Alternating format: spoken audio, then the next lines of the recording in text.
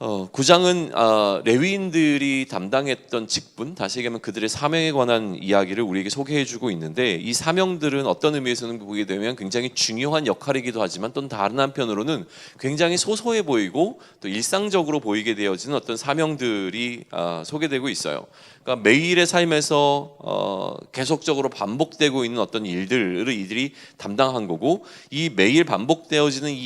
그들이 맡은 사명은 어쩌면 평생 그들이 감당해야 됐을 그들의 어떤 삶의 자리로도 해석이 가능한 거죠. 그러다 보니 그들이 이 일을 하는 것이 과연 어떤 의미가 있을까라고 하는 생각이 들 정도로 굉장히 소소한 어떤 직분들이 소개가 됩니다. 지루해 보이기도 하고요. 하루 종일 빵만 만들거나 하루 종일 문 앞에서 경비를 서거나 아니면 하루 종일 물건을 출납하는 역할을 담당하는 어떤 그들의 사명, 이것들에 관해서 생각하다 보면 이 레위인들의 직분은 우리가 생각하는 어떤 굉장히 비중이 있고 멋있고 중요해 보이는 어떤 일들이 아니라 굉장히 소소해 보이게 다가온다라고 하는 것이죠. 그러니까 사명을 생각할 때 우리의 사명이라고 하는 것을 우리는 다시 돌아봐야 하는데, 레위인들의 직분과 마찬가지로 우리의 사명이라고 하는 것은 어떤 특별한 이벤트적인, 그래서 우리가 담당하는 굉장히 폼나고 멋있고 굉장히 중요하고 한시적인 어떤 일들에 관해서 이야기하는 것이 아니라 어쩌면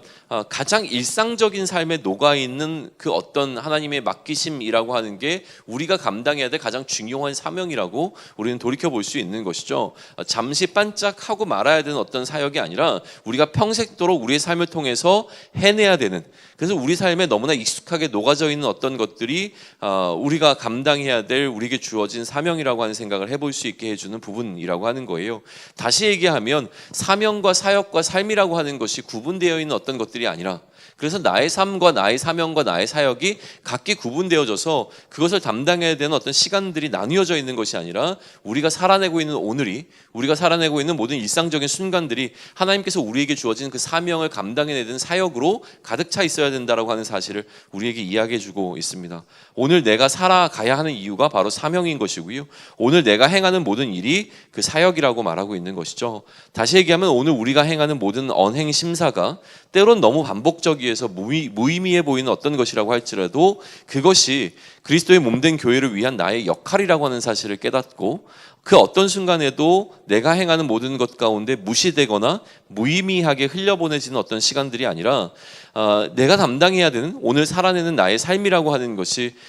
이 땅을 회복시킬 하나님의 계획 안에서 그 회복의 역할을 담당하는 리더로서 그 책임을 다해야 되는 우리의 소명이자 우리의 사명이 될 수 있기를 소망합니다. 아멘.